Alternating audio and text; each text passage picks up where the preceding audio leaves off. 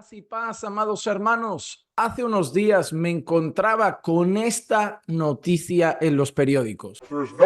No hay lugar en ningún campus de Estados Unidos ni en ningún lugar de Estados Unidos para el antisemitismo o el discurso de odio o las amenazas de violencia de ningún tipo. La noticia cuenta cómo la Cámara de los Representantes en los Estados Unidos de América buscaba empezar un proyecto de ley. En ese proyecto de ley se quería redefinir el concepto de antisemita. Es decir, nosotros, por ejemplo, sabemos que hay leyes que tienen como el significado definido de un delito de odio, de un discurso de odio, y en base a esa definición, pues caben más o menos cosas. Ahora, la definición de antisemita tenía un significado propio definido por el gobierno, por una ley, y dependiendo lo que hicieses o dependiendo del comentario que hacías, se te podía considerar antisemita. ¿Qué busca este proyecto de ley?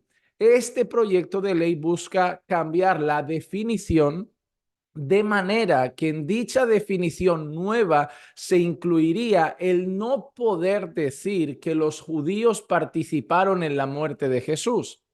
Y según esta nueva definición que ellos proponen, lo que dice el Nuevo Testamento sería considerado antisemita. ¿Qué podemos pensar sobre esta ley establecida o propuesta en la Cámara de los Representantes de Estados Unidos? Varias cosas habría que decir. Número uno, de momento nosotros sabemos que la ley busca definir el concepto de antisemitismo. De momento no ha prohibido la Biblia, no ha prohibido leer ciertos pasajes de la Biblia, de momento no ha dicho que la Biblia entera es antisemita, de momento no ha dicho que los creyentes no pueden predicar ciertos textos de la Biblia o que deben ser arrancados ciertos textos de la Biblia. ¿Por qué digo esto? Porque he visto vídeos que decían, Estados Unidos quiere cambiar la Biblia. De momento no han dicho eso. Estados Unidos quiere arrancar ciertos pasajes de la Biblia. De momento no han dicho eso. Estados Unidos llama a la Biblia antisemita. No es realmente lo que pasó.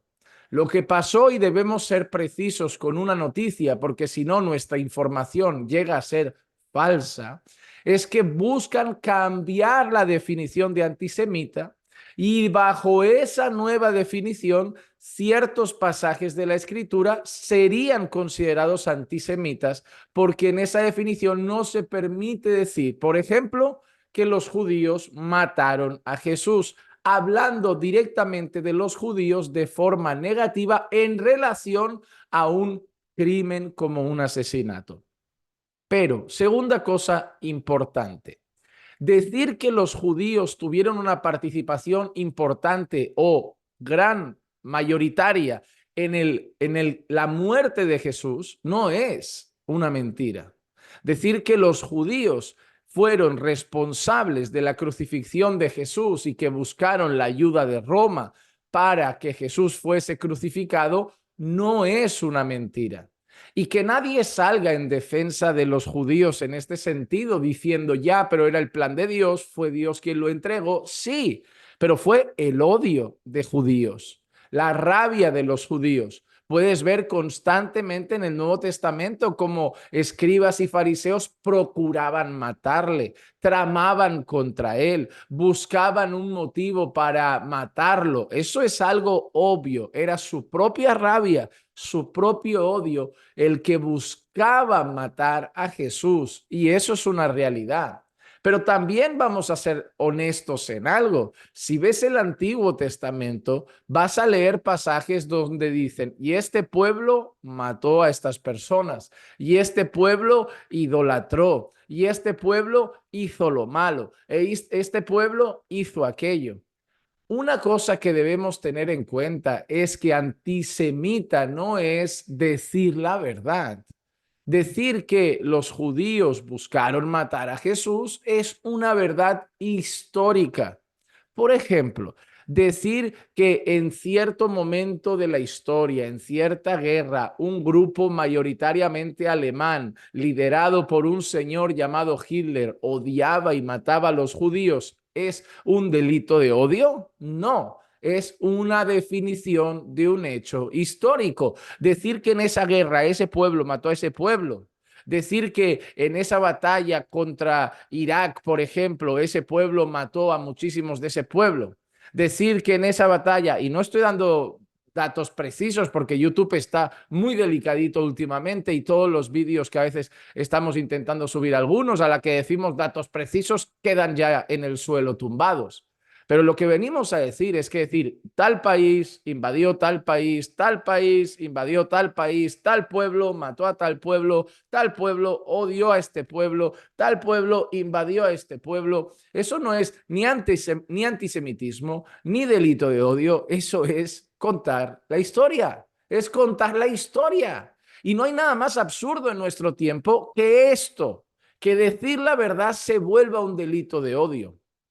Pero no es delito de odio decir que los judíos mataron a Jesús. No es antisemita decir que los judíos mataron a Jesús. Como tampoco es homofobia ni delito de odio decir que un hombre es un hombre, que una mujer es una mujer y que aunque se ponga peluca, falda, vestido y se quiera llamar Manuela, seguirá siendo un hombre. Y que esa mujer, aunque se corte el pelo, se hormone, se arranque los pechos, el útero y lo que quiera, y le quieran llamar Francisco, seguirá siendo una mujer.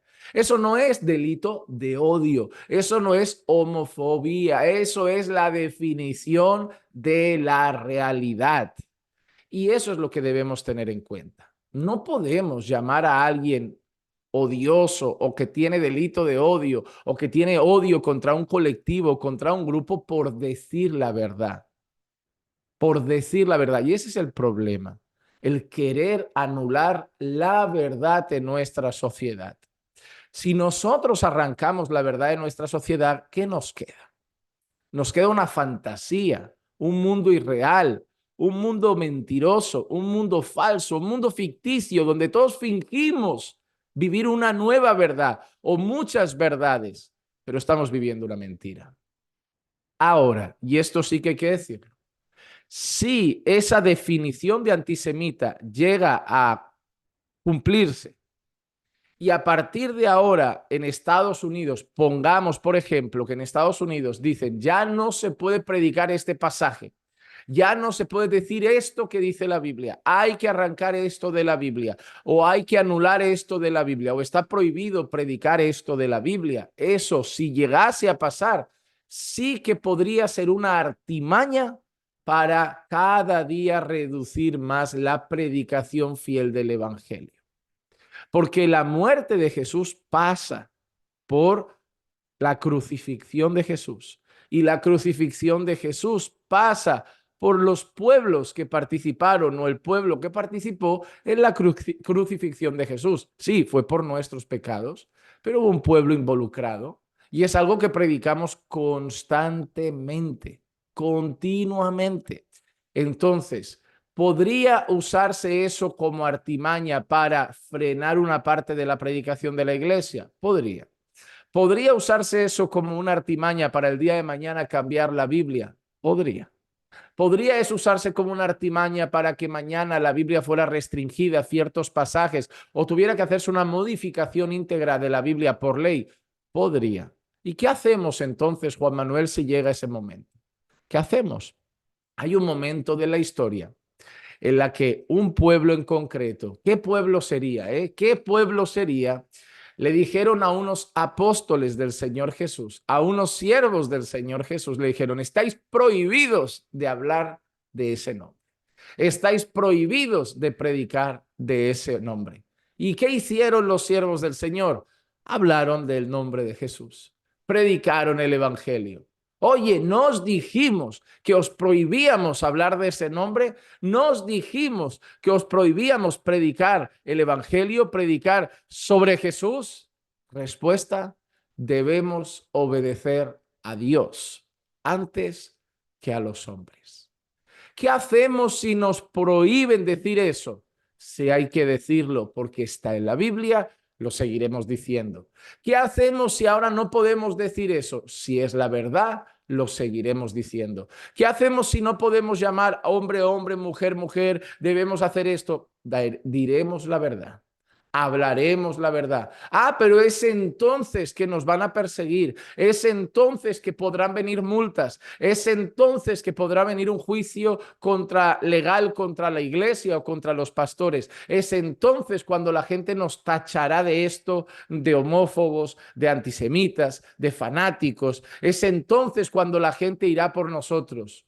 Bienaventurados sois cuando por mi causa os vituperen y os persigan y digan toda clase de mal contra vosotros mintiendo. Porque no se os ha dado solamente el creer en Él, sino también el sufrir por Él.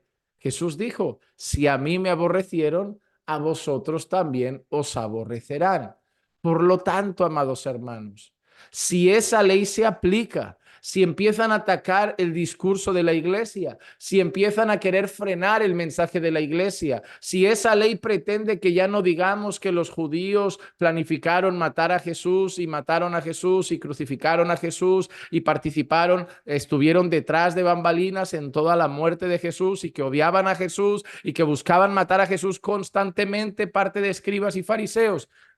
Si no podemos decir esto, lo seguiremos diciendo porque es la Biblia.